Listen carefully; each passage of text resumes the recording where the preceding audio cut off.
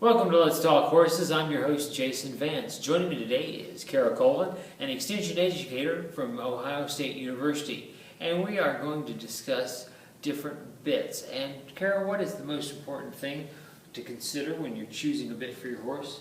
I think there's actually several things to look at. The first thing that you need to look at is the discipline that you're going to ride that horse in, and then also the level of training that that horse has. So if we're looking at a young horse that we're just getting ready to start in training, then we're probably going to look at something more like a hackamore or a snaffle bit that does not provide leverage, that provides a direct pull, and is used primarily for training and starting horses.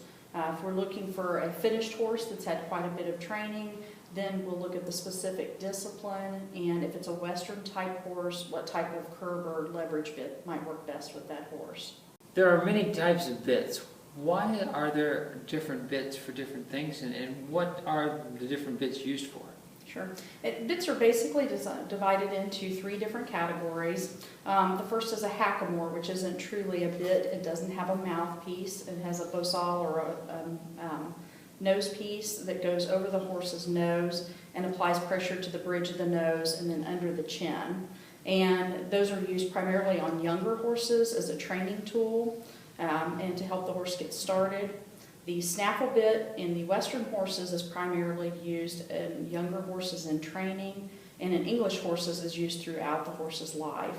And the snaffle bit consists of a mouthpiece and rings, and so the pressure is applied directly to the corners of the horse's mouth and allows you to laterally pull the horse's mouth and face around.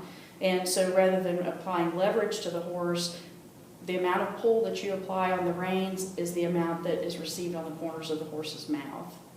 The third type of bit is a curb bit, and that bit has shanks, and it not only applies pressure to the corners of the horse's mouth, but also to the pole, which is up between the ears, and also to the chin groove with a curb chain, as well as the corners of the mouth, and that creates a leverage. So it allows you some different pressure points on the horse and different purposes for each level of training. Which there's, many more types of bits today than there was many years ago. Why do you think that is? I think certainly, when I was a young person, there were probably only 4 or 5 different basic types of bits that were available. Now there's a larger number of bit manufacturers and a very wide variety of shanks and mouthpieces that are out there. And I think those have been developed with the idea in mind that a particular mouthpiece may apply more concentrated pressure or may be perceived as milder. And so there's a market for those bits out there and manufacturers that will produce them. One horse may find a particular mouthpiece more pleasant or more comfortable for him than another horse does. And so it gives you a lot of choices and a lot of tools in the toolbox to go to find that bit that fits each horse, is comfortable for them to carry around, and also provides the desired response. Now, some people advocate changing bits as a horse matures. What are your thoughts about that? That's typically what you'll see in most disciplines.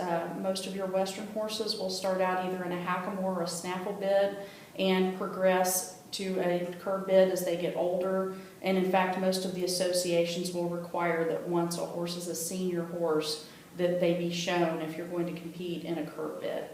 English horses typically will stay in a snaffle bit, a large majority of them throughout their entire career. Certain disciplines such as dressage may also use a curb bit, as well as a lot of the gaited horses. So it really depends on the discipline. As you see those Western horses progress throughout their career, they're going to go to a shanked bit that provides more leverage, allows you to bridle that horse up more, and advance it in its training through the discipline. So what advice do you have for horse owners who are selecting a bit for their horse? I think starting out with the mildest bit possible. The most important thing really isn't the bit, it's the training level of the horse and also the hands of the rider. And very frequently people fall into the trap of, if the horse is not giving the response that they desire, they move up to a stronger, harsher bit. And They really probably need to go back to a less advanced bit, a snaffle bit or a hackamore, work on getting that horse soft and broke in the face and responsive, and work on the training piece of it rather than utilizing a harsher bit to get the desired response. So find something that fits. The other concern is also whether or not that bit is legal in your discipline.